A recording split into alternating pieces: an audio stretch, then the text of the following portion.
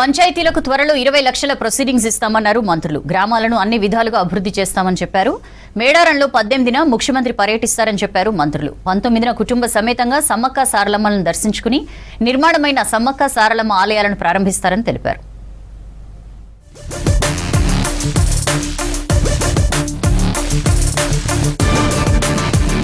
ఈ నెల 18న ముఖ్యమంత్రి రేవంత్ రెడ్డి మేడారంలో పర్యటిస్తారని తెలిపారు మంత్రులు పొంగులేటి శ్రీనివాసరెడ్డి, సీతక్క.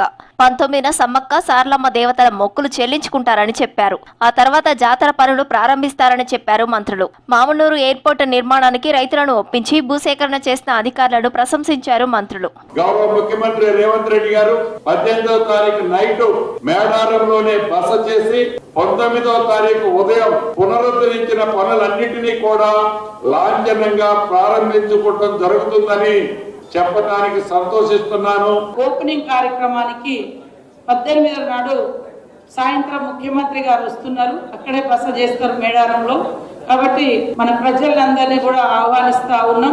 ఉమ్మడి వరంగల్ జిల్లాలో అభివృద్ధి పనులపై ఎమ్మెల్యేలు, కలెక్టర్లతో రివ్యూ చేశారు మంత్రి పొంగులేటి శ్రీనివాసరెడ్డి. ఇందిరమ్మ ఇళ్ల పనుల పురోగతిపై కలెక్టర్ల నుంచి ఆరా తీశారు.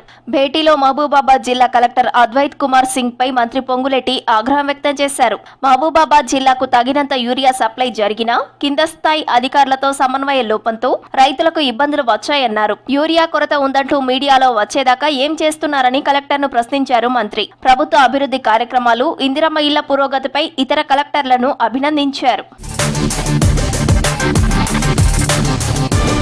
పంచాయతీలకు అతి త్వరలోనే 20 లక్షల నిధులు ఇస్తామన్నారు మంత్రి వివేక్ వెంకటస్వామి. చెన్నూరులో వివిధ పార్టీలకు చెందిన 200 మంది మంత్రి వివేక్ సమక్షంలో కాంగ్రెస్ లో చేరారు. సింగరేణిలో 80% స్థానికులకే ఉద్యోగాలు వచ్చేలా చూస్తున్నామన్నారు. ఎవరైతే సర్పంచులు గెలిచిండ్రో అందరికీ కూడా ఒక మాట ఇవ్వడం జరిగింది. మీకు 20 లక్షల రూపాయలు వర్క్స్ పెడతానని చెప్పి మీ అందరికి మాట ఇచ్చిన ఆ మాట ప్రకారంగానే మీరందరూ కూడా ఎస్టిమేట్స్ తీసుకొని రండి. ఒక 3-4 రోజులలో వస్తే వారం రోజులలోనే ప్రొసీడింగ్స్ ఇప్పిస్తా. మీ గ్రామాలలో ఏదైతే అవసరాలు ఉన్నాయో అది ఇవ్వాలని చెప్పి మీ అందరికి కూడా కోరడం జరుగుతుంది. అత్యుత్తమ ప్రతిభతో గ్రామీణ స్థాయి క్రీడాకారులు జాతీయ స్థాయిలో గుర్తింపు దక్కించుకోవాలన్నారు మంత్రులు సీతక్క, వాకిటి శ్రీహరి. కొత్తగూడెం జిల్లా ఏడుళ్ల బయ్యారంలో జాతీయ స్థాయి కబడ్డీ పోటీలు గ్రాండ్ గా జరుగుతున్నాయి. ఎస్జీఎఫ్ ఆధ్వర్యంలో అండర్-17 పోటీల ప్రారంభోత్సవానికి ముఖ్య అతిథులుగా హాజరయ్యారు మంత్రులు సీతక్క, వాకిటి. कबड्डी बलियारम के एक ऐसा सरताज बन रहा है.